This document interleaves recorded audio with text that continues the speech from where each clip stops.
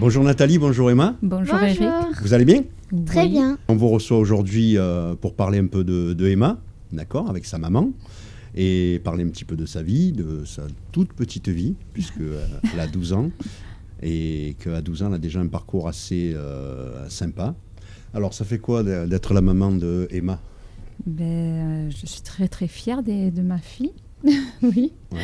Elle est pleine de vie, toujours elle chante, voilà, elle a toujours le sourire. Oui. Et ça apporte beaucoup. Quand elle chante, elle s'approprie les chansons. En fait, elle dégage beaucoup d'émotions. Mais comme ça, dans sa chambre, dans la salle de bain? Oui, voilà. Elle apprend les chansons. En fait, dès qu'une chanson lui plaît, elle l'apprend.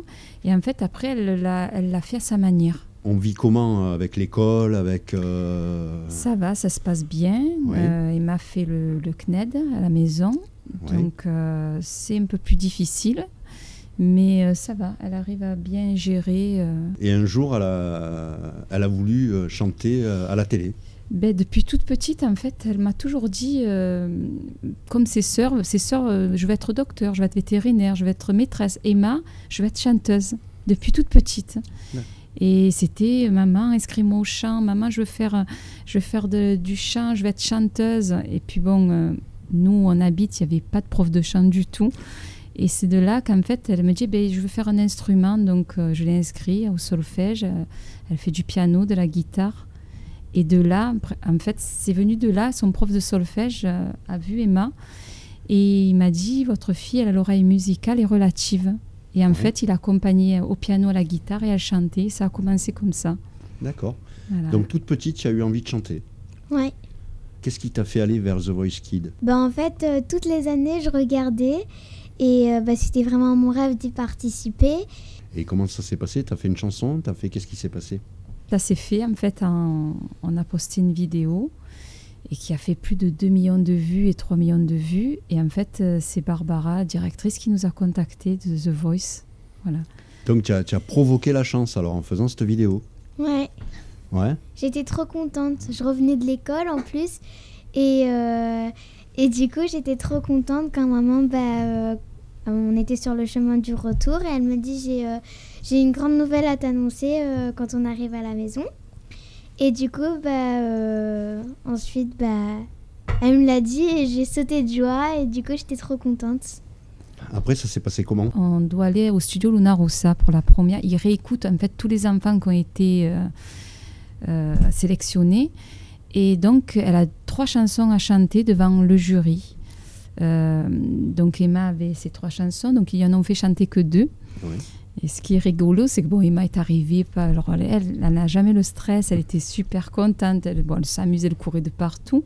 Quand ça vient à elle, elle chante, elle ressort, elle me dit, maman, tu sais, Bruno, il a dit un gros mot. Hein.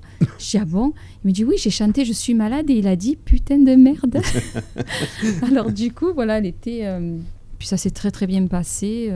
La semaine d'après, elle a été retenue. Après, il y a 4 étapes avant les fauteuils. Donc après, il y a la prise de son avec les musiciens, etc.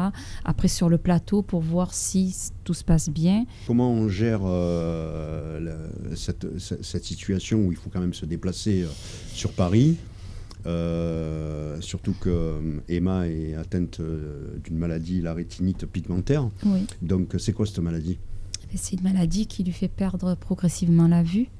Voilà, oui. C'est lié à un gène RDH12 et qui touche les enfants.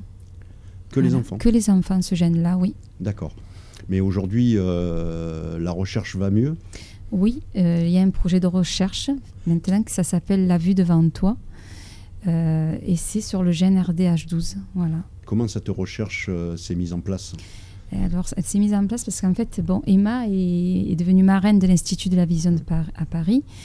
Et en fait, elle a été invitée pour les 10 ans de l'Institut et elle a chanté devant tous les chercheurs américains et le grand professeur Sahel.